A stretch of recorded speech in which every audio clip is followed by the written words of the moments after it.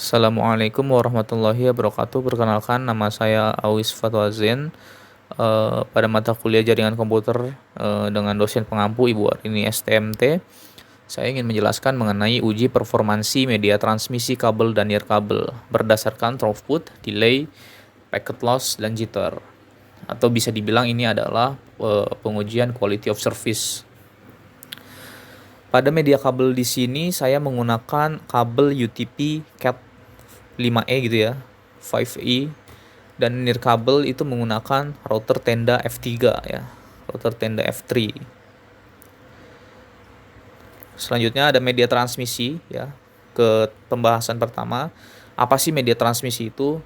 Untuk secara singkatnya, media transmisi itu merupakan penghubung antara server dengan klien. Jadi merupakan media penghubung antara server dengan klien, yang mana media penghubung tersebut yang akan digunakan untuk mengalirkan data yang kita request ataupun yang kita terima ya. Request dari server dan diterima oleh klien gitu. Ini adalah perumpamaan, gambar di bawah ini merupakan perumpamaan dari sebuah media transmisi. Di bawah kebetulan ilustrasinya merupakan media transmisi nirkabel ya, tidak menggunakan kabel. Ini merupakan access point atau router ya. Kemudian di server. Nah, ini komputer klien. Nah, ini media transmisi menghubungkan antara server dengan klien gitu. Jadi si klien merequest ke server, si server akan menerima request tersebut, kemudian mengirimkan balik ke klien, mengirimkan hasil request tersebut ke klien. Kemudian ada jenis media transmisi. Jenis media transmisi itu ada dua. Ada jenis media transmisi yang kabel dan ada jenis media transmisi yang nirkabel. Yang kabel artinya kita menggunakan kabel. Bentuk-bentuk kabel ada banyak. Ada yang berbahan dasar tembaga seperti UTP, STP, terus ada coaxial juga. Ada yang berbentuk kaca gitu ya, yaitu fiber optik, yang mana yang dikirimkan itu datanya berupa cahaya. Kalau yang tembaga kan berupa gelombang elektromagnetik gitu ya. Kemudian ada nirkabel. Kalau nirkabel kita bisa berbentuk seperti radio frekuensi, infrared, bluetooth gitu ya. Kalau radio frekuensi seperti tadi wireless itu yang router access point tuh menggunakan radio frekuensi dalam pengiriman datanya. Kemudian ini adalah quality of service, yang mana merupakan pokok bahasan utama kita. Dalam quality of service itu apa? Quality of service itu merupakan sebuah metode dalam melakukan pengukuran kualitas layanan jaringan agar dapat mencapai kualitas yang baik. Jadi sebuah jaringan dapat dikatakan baik apabila memenuhi quality of service gitu. Nanti akan ada standarisasinya sendiri. Di sini kita dalam melakukan pengujian akan menggunakan 4 parameter, yaitu menggunakan throughput, delay, kemudian packet loss, dan ada jitter gitu ya. Nah, nanti keempat parameter tersebut memiliki standar tersendiri. Kebetulan di sini saya menggunakan standar dari Tipon gitu ya.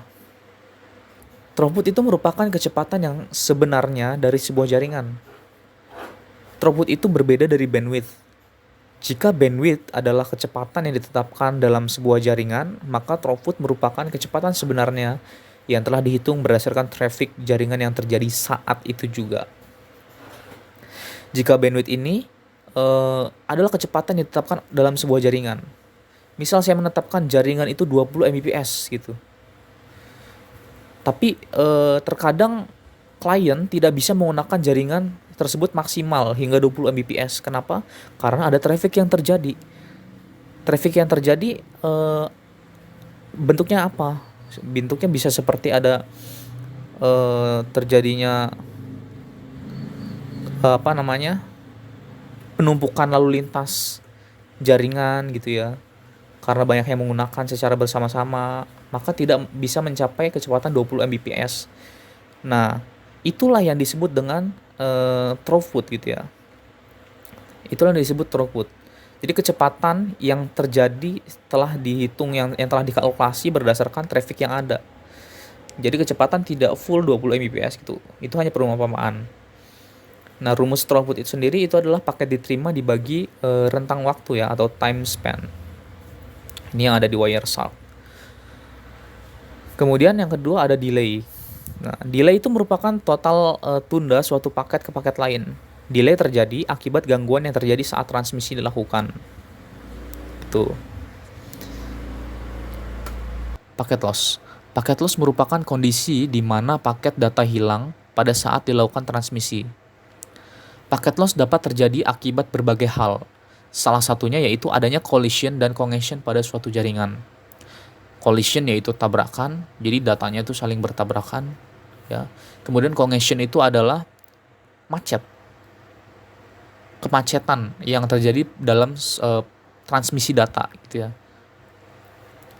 Paket loss sendiri rumusnya yaitu paket diterima dikurang paket dikirim, kemudian dibagi paket diterima dikali 100% gitu ya. Itu adalah paket loss. Kemudian jitter. Jitter merupakan variasi waktu kedatangan paket. Jitter biasanya terjadi pada saat data dikirim menggunakan kecepatan tinggi. Jitter dapat mengakibatkan hilangnya data. Jadi data yang dikirim itu biasanya tidak sampai dengan waktu yang sama gitu. Bisa jadi paket nomor 3 datang lebih dulu dan paket nomor 1 datang belakangan gitu ya. Ini adalah variasi waktu gitu, variasi waktu kedatangan. Kemudian untuk rumus jitter sendiri yaitu variasi delay dibagi paket dikirim, jumlah paket yang dikirim gitu ya. Itu rumus dari jitter. Kemudian ada QoS standar Typhon. Ini adalah standarisasi dari Typhon. Pertama di sini adalah throughput. Untuk standar Typhon sendiri throughputnya itu kategori sangat bagus jika throughputnya 2,1 Mbps atau ke atas gitu ya. Itu sangat bagus, mendapatkan indeks 4.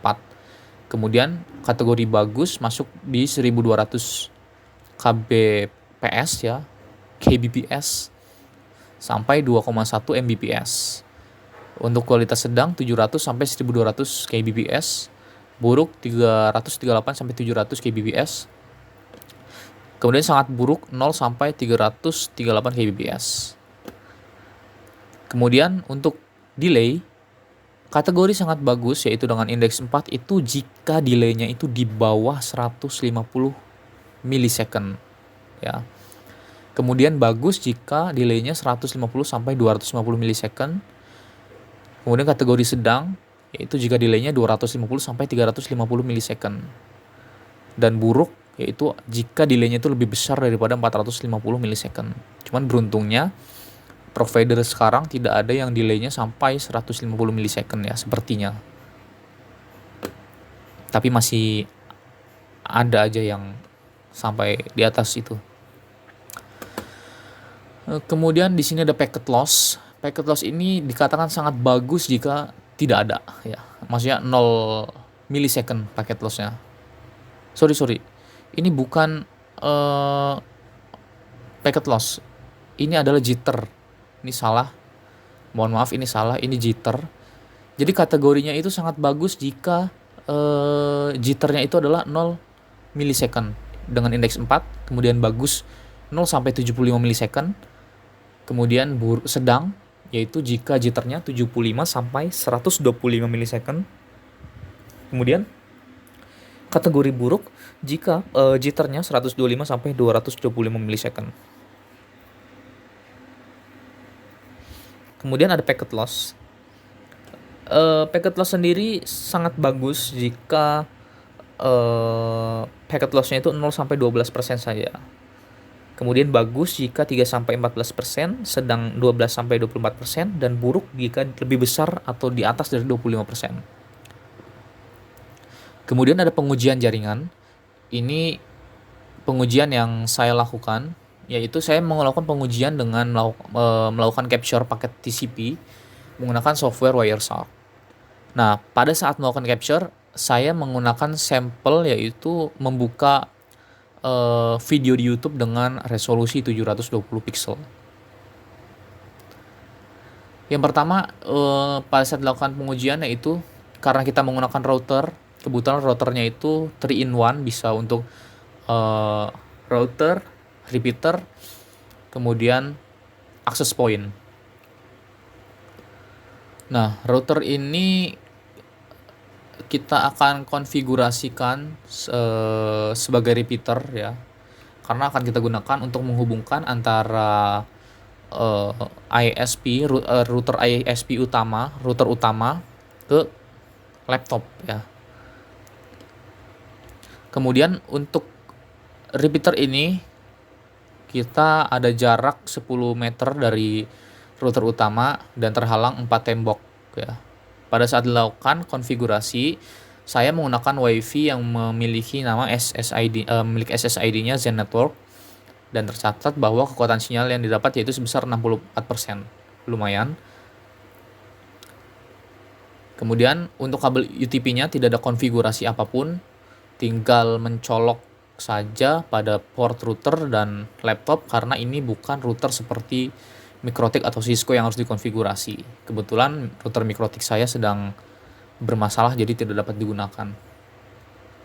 Baik, selanjutnya adalah bagaimana cara melakukan capture dan mencari nilai dari throughput, kemudian delay, ada packet loss dan jitter. Pertama yang kita lakukan yaitu buka Wireshark. Oke, setelah Wireshark terbuka, selanjutnya kita pilih jaringan mana yang akan kita capture. Di sini saya menggunakan WiFi, maka klik saja WiFi di sini untuk di capture. Makanya selanjutnya kita lakukan yaitu adalah menentukan kita akan menggunakan paket apa dalam melakukan pengujian. Karena di sini saya menggunakan paket TCP, jadi saya mengujinya dengan melakukan streaming YouTube dengan kualitas 720 pixel. Tapi kalau misalnya menggunakan paket ICMP, itu menggunakan metode ping dari command prompt di Windows atau terminal di Linux gitu ya. Kemudian kita buka terlebih dahulu YouTube-nya. Kita buka YouTube.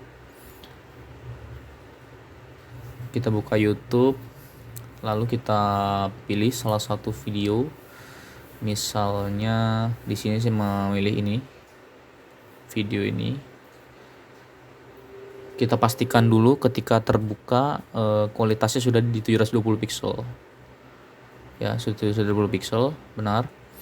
Kemudian ini kita kembali lagi. Ini kita close dulu. Selanjutnya langsung kita capture melalui Wireshark. Di sini kita capture Wi-Fi-nya karena kita menggunakan jaringan Wi-Fi di sini, maka kita capture Wi-Fi-nya. Untuk mengcapture silahkan klik LAN card yang digunakan atau apa namanya, menggunakan Wi-Fi atau LAN. Di sini kita bisa milih ya, karena saya menggunakan Wi-Fi maka pilih Wi-Fi. Kemudian kita di sini kita klik capture. Oke. Start, terus kita klik video tadi. Oke, kita kembali ke Wireshark lagi. Kira-kira sampai 10.000 karena saya menggunakan hingga 10.000 paket ya. Sini kita tunggu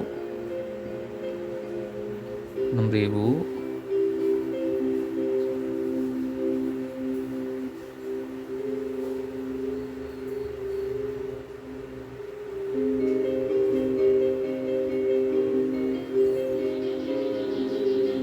Oke, kita stop karena sudah 10.000. Kemudian kita stop juga ininya.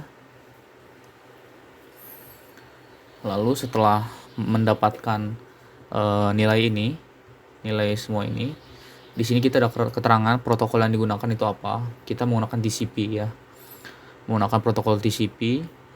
Kemudian setelah mendapatkan ini, ini banyak paket yang masuk karena dalam melakukan perekaman ini saya juga menggunakan Zoom meeting untuk merekam, sehingga di sini paket yang datang bukan dari YouTube saja tapi dari Zoom meeting.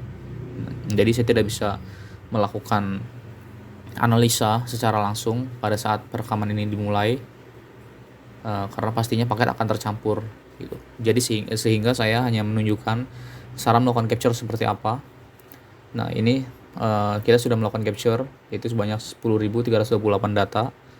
Kemudian untuk melakukan analisisnya, kita pilih statistik di sini. Kemudian kita capture file properties. Nah, di sini sudah keluar ininya. Statistiknya, di sini ada paketnya yaitu ada 10.328 paket yang diterima. Kemudian ada time span-nya ada 34.119.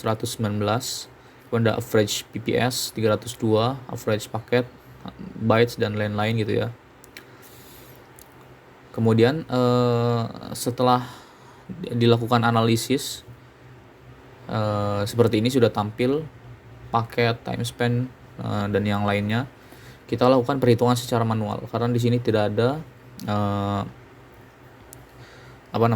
tidak ada secara detail mengenai jitter, delay, packet loss dan throughput.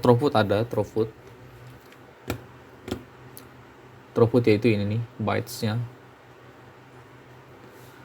Oke, karena saya tadi sudah katakan bahwa saya menggunakan Zoom meeting untuk melakukan perekaman sehingga tidak dapat melakukan analisa terhadap paket yang digunakan untuk membuka YouTube karena tercampur paketnya, maka saya menggunakan capture yang sudah saya simpan ya. Saya hanya akan memberikan contoh satu, yaitu ketika saya melakukan capture menggunakan jaringan WiFi. Karena jika tidak maka videonya akan terlalu panjang. Kita buka aja, kita klik open recent karena saya sudah pernah bukanya. Kemudian kita pilih wireless Wireshark. Ini file yang saya simpan kemarin. Nah, ini adalah hasil hasil analisa atau hasil capture paket yang dilakukan Wireshark. Di sini tercatat ada sekitar 10.380 data. Kemudian kita klik capture file properties. Oke, setelah kita mendapatkan statistik dari paket yang kita capture di Wireshark, selanjutnya kita melakukan perhitungan secara manual untuk mendapatkan throughput, jitter, delay, dan packet loss. Kita menggunakan bantuan Excel. Kebetulan kemarin saya sudah menghitung, jadi saya tinggal menjelaskan saja. Di sini kita akan mencari throughput terlebih dahulu. Nah ya, kita mencari throughput. Rumus mencari throughput yaitu dengan membagi bytes yang ada di Wireshark. Di sini ada ini bytes di sini. Itu kita bagi dengan time span. Ini time span ini. Kemudian akan dihasilkan throughput ya. Throughput ini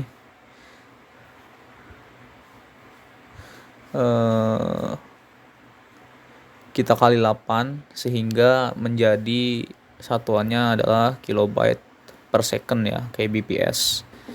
Nah, jadi ini sudah didapatkan throughputnya. Kalau dilihat ini sebenarnya sama dengan yang di bawah. Ini ya, 373 sama ya, 373. Jadi sebenarnya throughputnya sini sudah kelihatan, tapi kita bisa hitung manual dengan cara seperti ini, yaitu dengan cara bytes-nya itu kita bagi dengan time span.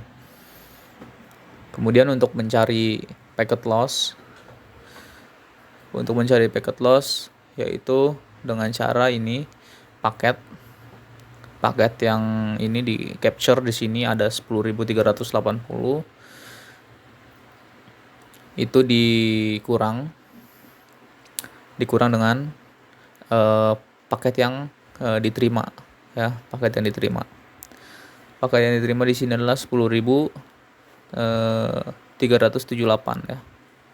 10.378. Dari mana kita mendapatkan 10.378? Dengan cara ini ya. Kita melakukan filtering di sini. Kita ketik TCP titik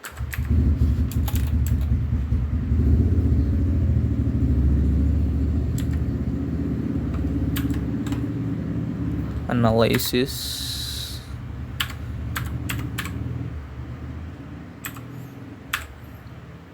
ketik loss segment ya. Setelah itu kita enter.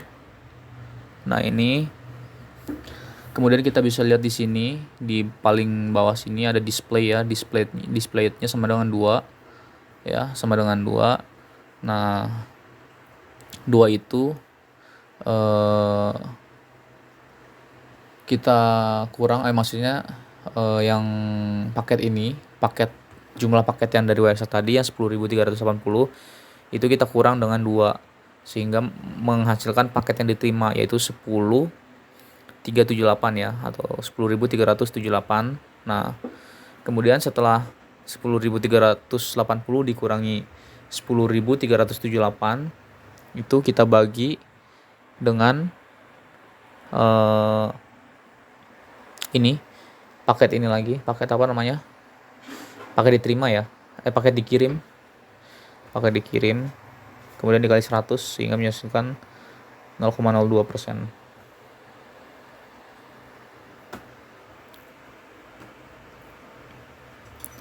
Ini failed send tuh yang tadi yang di sini yang di display yang sudah kita filtering. Ini itu paket fail ya di sini. Di sini sudah tertulis juga nih sudah paket lossnya 0,02%. 0,0%.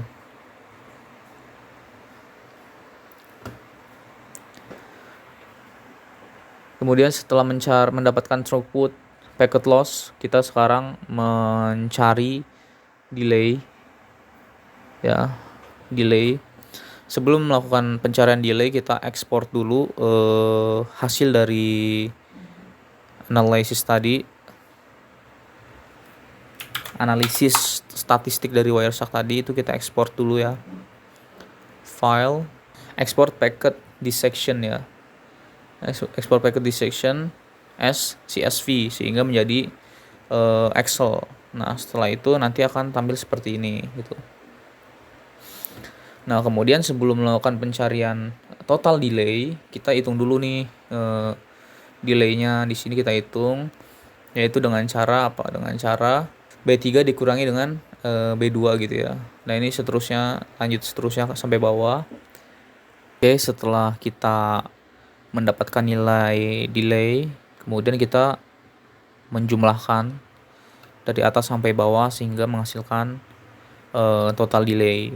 Oke, setelah kita melakukan penjumlahan terhadap delay, kemudian hasilnya kita bagi menjadi ke 9.948. Dari mana nilai 9.948? Dari sini kita lihat ini adalah jumlah dari dari paket TCP yang kita dapatkan. Kita bisa mencarinya melalui Wireshark yang tadi, kemudian kita ketikkan TCP di sini, kemudian di enter. Nah, di ujung bawah sini ada keterangan displaynya berapa. Displaynya yaitu 9.948. Setelah itu kita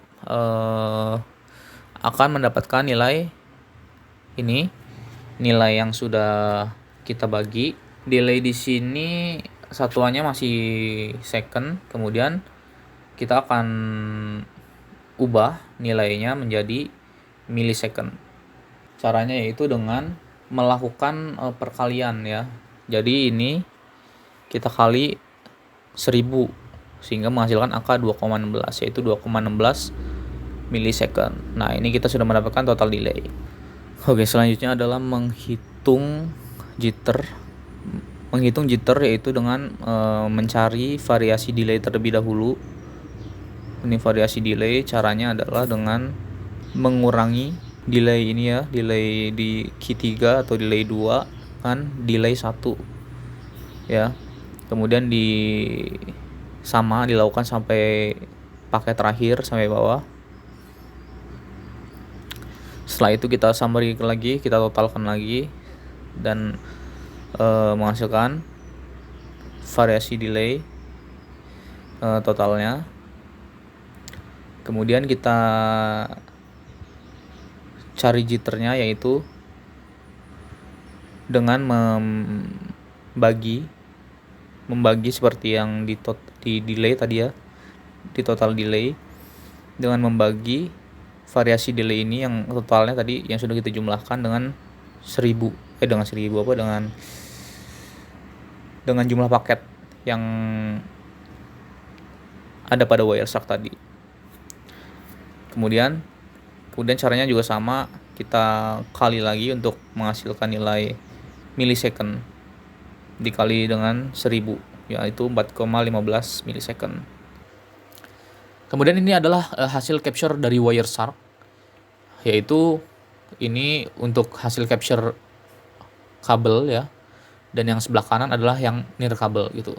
Selanjutnya data ini akan saya olah dengan rumus-rumus yang telah saya paparkan di depan tadi, sehingga menghasilkan analisis seperti ini, menghasilkan nilai seperti ini gitu ya. Jadi kabel UTP Cat 5E gitu ya, itu memiliki throughput sebesar 2992 kbps atau sekitar 2 mbps ya. Nah, ini masuk kategori sangat bagus. Nah, untuk delay-nya mendapatkan 2,28 mbps. Mbps apa? 2,28 millisecond. Kemudian packet loss-nya itu di angka 0,36% dan jitternya yaitu 3,42 millisecond. Ini masuk kategori sangat bagus menurut standar Tipon tadi ya. Kemudian untuk untuk nirkabel menggunakan router tenda F3 itu throughputnya mendapatkan 3736 kbps. Delay-nya mendapatkan nilai 2,16 millisecond. Packet loss-nya mendapatkan nilai 0,02%. Dan jitternya mendapatkan nilai 4,15 millisecond. Ini juga masuk ke kategori sangat bagus menurut standar Tipon. Tapi kita akan komparasikan kembali, kita bandingkan kembali gitu ya, antara media transmisi kabel dengan nirkabel, yaitu menggunakan kabel UTP Cat 5E dengan router tenda F3. Di sini untuk throughput sendiri antara kabel dengan nirkabel yaitu lebih bagus menggunakan nirkabel, yaitu mendapatkan nilai sebesar 3736 kbps. Kemudian delay-nya untuk kabel UTP 2,28 dan router tenda itu mendapatkan delay 2,16 yang artinya lebih bagus router tenda karena memiliki delay yang lebih kecil ya. Kemudian untuk packet loss-nya untuk kabel mendapatkan 0,36% dan router tenda hanya 0,02%. Artinya lebih bagus yang jaringan nirkabel menggunakan router tenda. Dan jitternya untuk kabel UTP itu adalah 3,42 dan router tenda adalah 4,15. Untuk jitter itu kabel UTP lebih bagus, mendapatkan nilai 3,42 millisecond, sementara router tenda mendapatkan 4,15 millisecond. Namun jika dibandingkan antara keduanya lebih bagus menggunakan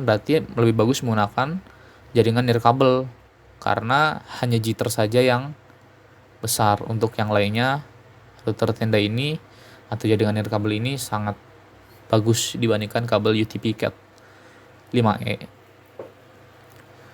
Untuk kedepannya mungkin bisa dilakukan uji coba menggunakan router yang berbeda, bisa menggunakan mikrotik dan menggunakan kabel yang berbeda juga, atau membandingkan antara transmisi kabel dengan kabel seperti kabel UTP dengan STP dengan fiber optic, coaxial gitu, dan yang lain-lain. Oke, mungkin itu saja yang dapat saya sampaikan. Kurang lebihnya mohon maaf. Wassalamualaikum warahmatullahi wabarakatuh.